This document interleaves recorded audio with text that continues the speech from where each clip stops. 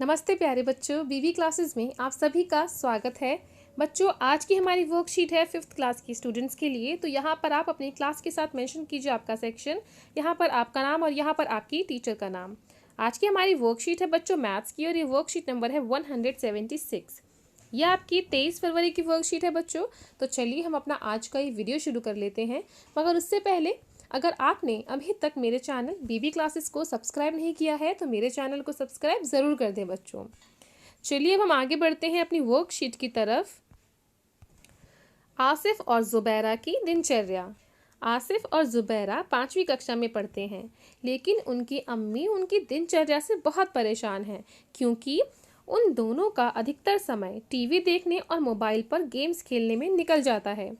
आज भी अम्मी उन्हें सुबह से समझा रही हैं कि समय से उठना, समय पर खाना तथा समय पर पढ़ाई करना बहुत ज़रूरी है। जब स्कूल खुलेंगे तब उन्हें अचानक से अपनी दिनचर्या बदलना बहुत मुश्किल लगेगा। अम्मी ने आसिफ और ज़ुबैरा दोनों को अपनी दिनचर्या लिखने के लिए कहा। अम्मी ने कहा कि पता लगाओ कि तुम अपने एक दिन यानी 24 घंटे का कितना हिस्सा किस काम में लगाते हो। आप भी आसिफ और ज़ुबैरा की दिनचर्या की तालिका को पूरा करने में उनकी मदद कीजिए। तो ये देखिए बच्चों, जैसे आसिफ और ज़ुबैरा हैं, आप में से भी कई सारे बच्चे ऐसे ही अपना पूरा दिन बिताते होंगे, ज़्यादा से ज़्यादा समय टीवी देखते होंगे, मोबाइल्स में गेम्स खेलते होंगे, मगर पढ़ाई को बहुत ही कम टाइम देते होंगे। ठीक है, तो यहाँ पर उनकी मम्मी ने उनको क्या कहा है, आसिफ और ज़ुबैरा को मम्मी ने कहा है कि अब आप दोनों को अपनी पूरी दिनचर्या का हिसाब लगाना है कि आप अपने पूरे एक दिन में यानी 24 घंटे में किस काम में कितना समय लगाते हैं। ठीक है, तो यहाँ पर देखिए बच्चों, आसिफ और ज़ुबैरा की जो दिनचर्या है वो इस प्रकार से यहाँ पर इस तालिका में दे रखी है। इस तालिका में जो पहला कॉलम है वो है कार्य, कि कौन सा कार्य वो लोग पूरे दिन में करते हैं, कौन कौन से कार्य। ठीक है, उसके बाद जो कॉलम है वो है 24 घंटे का हिस्सा, यानी 24 घंटे में से वो कौन कितना कितना टाइम है किस किस काम को देते हैं, किस किस काम में कितने टाइम वो कितना घंटे वो लगाते हैं। ठीक है, और यहाँ पर हिस्सा था, यहाँ पर उसको घंटे में लिखना है कि वो हिस्सा जो है वो घंटे में कितना हो जाएगा। जैसे पहला आप देखिए बच्चों, आसिफ और ज़ुबैरा की दिनचर्या में पढ़ने का समय है वो एक दिन में यानी 24 घंटे का 1/8 हिस्सा है। ठीक है, 1/8 हिस्सा कितना होता है? 1/8 हिस्सा होता है 24 घंटे में से 3 घंटे। देखिए इसको निकालेंगे कैसे हम, इसको निकालना बहुत आसान है बच्चों। 24 का 1/8 हिस्सा, तो ये कितना हो जाएगा, 8 तिया 24, तो ये आ गया ना 3 घंटे।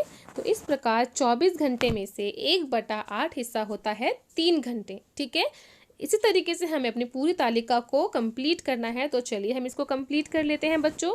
जैसे कि आप देख रहे हैं पढ़ने का समय यहाँ पर 3 घंटा निकल गया है। ठीक है, अब बाकी के भी हिस्से हम गिन लेते हैं। इसके बाद है खेलने का समय। ठीक है, खेलने का समय एक दिन यानी 24 घंटे का 1/6 हिस्सा है। तो 1/6 हिस्सा 24 घंटे का यानी एक दिन का कितना होता है, तो उसको हम इसी तरीके से निकालेंगे। आप इसी तरीके से इसको निकालिए बच्चों। 24 घंटे का 1/6 हिस्सा कितना होगा, 6 चौक 24, यानी ये हो जाएगा 4 घंटे। ठीक है, आज लिख रही हूँ मैं, इंग्लिश वाला एच लिख दिया है मैंने यहाँ पे।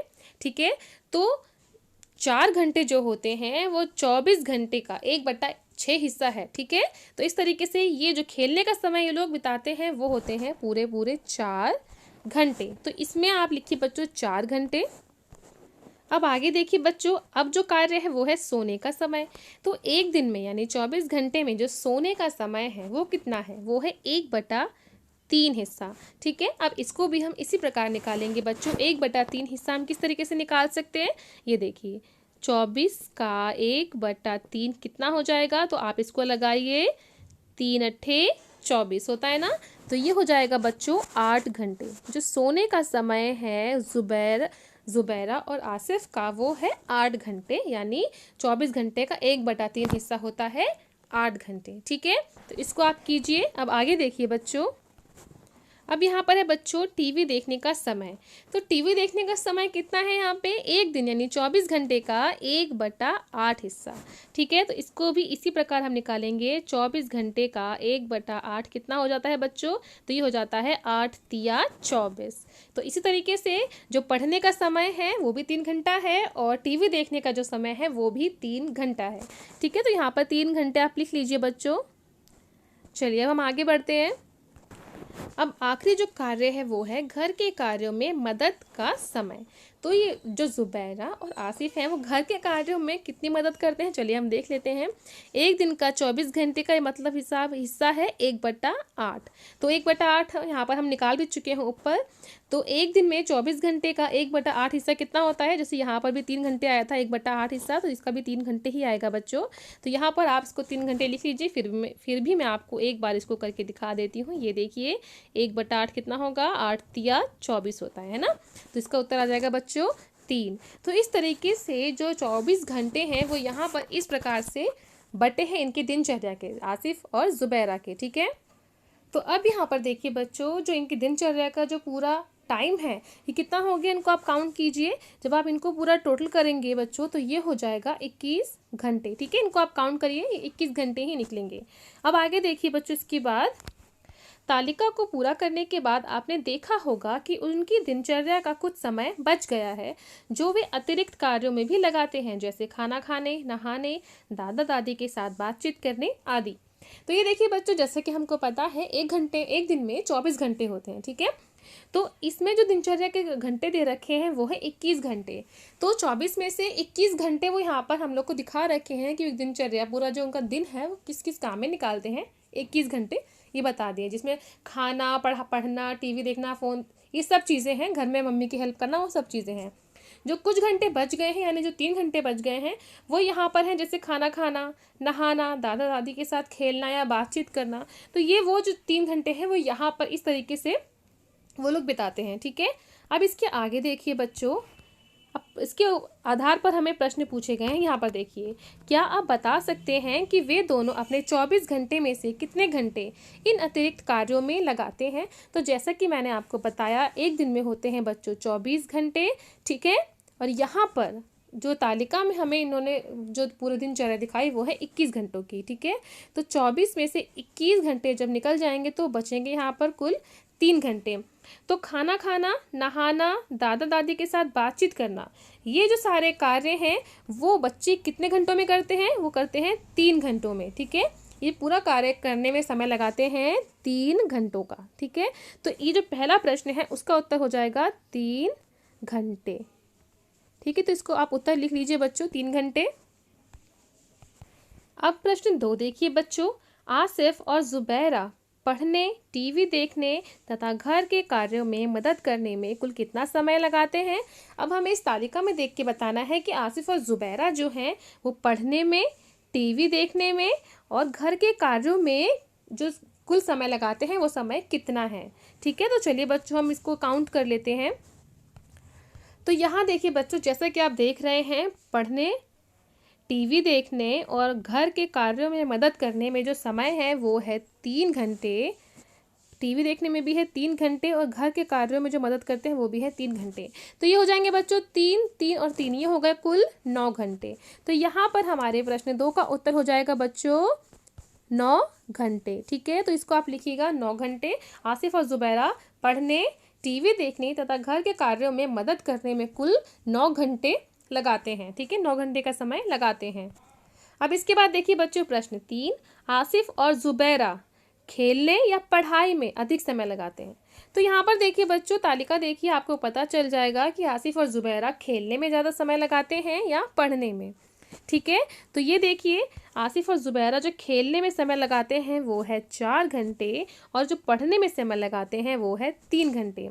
तो क्या इससे इसका उत्तर निकलेगा, ये निकलेगा कि जो आसिफ और जुबैरा हैं वो खेलने में ज़्यादा समय बिताते हैं। तो यहाँ पर जो खेलना है ना, खेलने में, इसको मैं अंडरलाइन कर देती हूँ, खेलने में अधिक समय लगाते हैं। तो यहाँ पर जो खाली स्थान आपको दे रखा है उसमें आपको लिखना है खेलने। ठीक है, आसिफ और जुबैरा खेलने में अधिक समय लगाते हैं।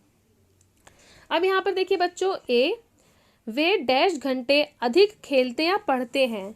तो जो बच्चे आसिफ और ज़ुबैरा है वो खेलने और पढ़ाई करने में जो खेलते हैं उसमें ज़्यादा समय लेते हैं। तो वे खेलने में पढ़ने से कितना समय अधिक लेते हैं बच्चों, ये हमें पता लगाना है। पढ़ने का समय है उनका 3 घंटा और खेलने का समय है उनका 4 घंटा। तो इसमें कितना फ़र्क है, जो खेलने का जो समय है वो पढ़ने के समय से 1 घंटा ज़्यादा है। आप 4 में से 3 माइनस कर लीजिए, आपका आंसर आ जाएगा 1।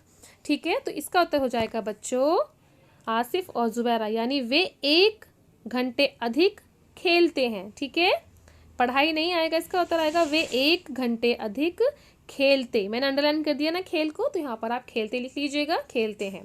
ठीक है, अब भी देखिए यह समय पूरे दिन यानी 24 घंटे का कितना हिस्सा है। तो यहाँ पर देखिए जो वो 1 घंटा अधिक खेलते हैं, ठीक है, आसिफ और ज़ुबैरा, तो यह समय पूरे दिन यानी 24 घंटे का कितना हिस्सा है, यह आपको बताना है।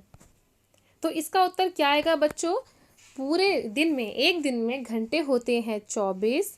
ठीक है, तो हमने नीचे लिख दिया 24, और उन्होंने खेलने में कितने घंटे अधिक लगाए, पढ़ने से 1 घंटा अधिक लगाया। तो इसका उत्तर हो जाएगा बच्चों 1/24।